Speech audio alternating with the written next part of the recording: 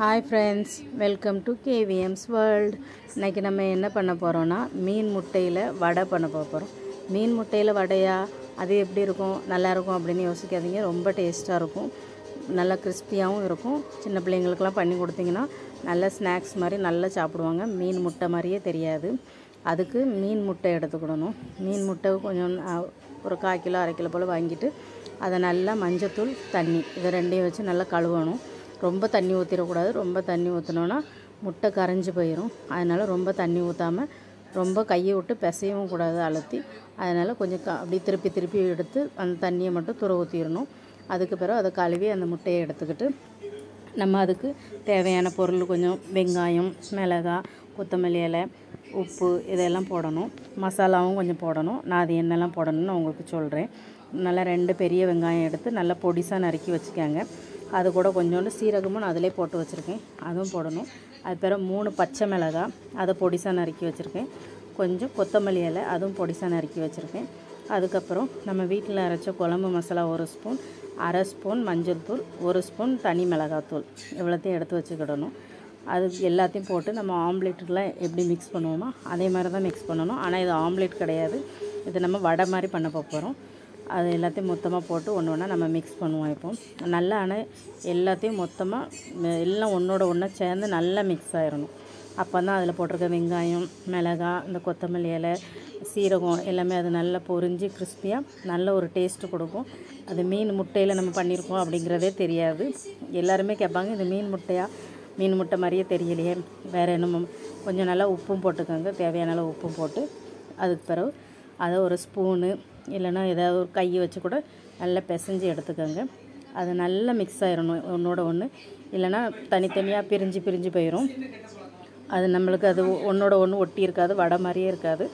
அதனால் நல்லா மிக்ஸ் பண்ணிடணும். நல்ல ஒரு ஸ்பூன் எதையாவது வச்சு நல்லா மிக்ஸ் பண்ணிக்கோங்க. அதுக்கு பிறகு கடாயில் எண்ணெய் ஊற்றி நம்ம சின்ன சின்னதாக வடை பொரித்து எடுக்கிற மாதிரி தான் எடுக்கணும். அதை பொரித்து எடுத்துகிட்டு சின்ன பிள்ளைங்களுக்கு கொடுத்திங்கன்னா ரொம்ப நல்லா சாப்பிடுவாங்க. எங்கள் வீட்டில் உள்ள பிள்ளைங்களாம் நல்லா சாப்பிடுவாங்க. அதனால் நான் அடிக்கடி பண்ணுவேன். எங்கள் வீட்டு பிள்ளைங்களுக்கு இது ரொம்ப பிடிக்கவும் செய்யும். சும்மாவே சாப்பிடுவாங்க, சாப்பாடு கூட இது வேண்டாம், சும்மா கொடுத்தாலுமே சாப்பிடுவாங்க. அது கூட வெங்காயம்லாம் வெட்டி வச்சுட்டு நல்லாயிருக்கும் சாப்பிட்றதுக்கு. இதை கண்டிப்பாக எல்லோரும் பண்ணி பாருங்கள். இது ரொம்ப எல்லாருக்கும் பிடிக்கும். எல்லாருமே இதை அடிக்கடி பண்ணவும் செய்வீங்க. இந்த அளவுக்கு நல்லா ஆம்லேட் மாதிரி அந்த பக்குவத்துக்கு நல்லா மிக்ஸ் பண்ணிடணும். ஒன்றும் எதுவுமே தெரியக்கூடாது, நம்ம என்ன போட்டிருக்கோன்னு கூட தெரியாது. அவ்வளோதுக்குள்ளே நல்லா மிக்ஸ் பண்ணிவிட்டு அதுக்கு பிறகு எண்ணெயில் போட்டு பொரித்து எடுக்க வேண்டியதான். வாங்க கடாயை அடுப்பில் வைப்போம். கடாயை அடுப்பில் வச்சு எண்ணெயை ஊற்றியாச்சு. என்னமோ ஒவ்வொரு ஸ்பூனாக கொஞ்சம் கொஞ்சமாக அதை எடுத்து உள்ளே போடணும் எண்ணெயில். அது கொஞ்சம் அப்படியே மிக்ஸ் ஆகாத மாதிரி கொஞ்சம் தனித்தனியாகவே போடணும், இல்லைன்னா ஒன்றோட ஒன்றா ஒட்டி எல்லாம் மொத்தமாக ஆயிரும். அது தனித்தனியாக கொஞ்சம் போட்டு அதுக்கு பிறகு திருப்பி போட்டு 2 பக்கமும் வேக வைக்கணும். கொஞ்சம் நல்லா கோல்டன் ப்ரௌன் கலரில் 2 பக்கமும் வெந்துட்டுனா அவ்வளோதான், முடிஞ்சு. அதை நம்ம இப்போ ஒன்று ஒன்றா போட்டு பொரித்து எடுப்போம். ஃபஸ்ட்டு ஒரு பக்கம் நல்லா பொரித்து எடுத்துடணும். கொஞ்சம் தீ ஹை ஃப்ளேம்லேயே வைங்க, அப்போ தான் கொஞ்சம் நல்லா உள்ள வரைக்கும் நல்லா வேகும். அதுக்கு பிறகு ஒரு சைடு வெந்தோடனே இன்னொரு சைடு திருப்பி போட்டுருவோம். இப்போ ஒரு பக்கம் வெந்துட்டு இன்னொரு பக்கம் திருப்பி போடுவோம். கொஞ்சம் ஆனால் வேகிறதுக்கு நேரம் ஆகும். உள்ள வரைக்கும் நல்லா வெந்தால் தான் நல்லாயிருக்கும், இல்லைனா உள்ளே ஒரு மாதிரி பச்சையாக இருந்த மாதிரி இருக்கும். அப்போ பிள்ளைங்க சாப்பிட மாட்டாங்க. அதனால் கொஞ்சம் நல்லாவே ஹை ஃப்ளேமில் வச்சு பொரித்து எடுத்துருங்க. நல்லா 2 பக்கமும் கோல்டன் ப்ரௌன் கலரில் ஆன உடனே அதை எடுத்து தனியாக பிளேட்டில் வச்சுருவோம். இப்போ எனக்கு நல்லா 2 பக்கமும் நல்லா பொரிஞ்சு கோல்டன் ப்ரௌன் கலரில் ஆகிட்டு நான் இப்போ எடுக்க போகிறேன். பொரித்து எடுத்தால் இன்றைக்கி நம்ம பண்ண முட்டை வடை ரெடி.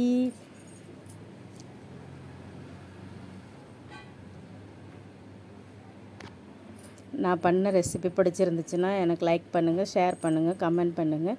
என் சேனலை சப்ஸ்கிரைப் பண்ணுங்கள். பாய்.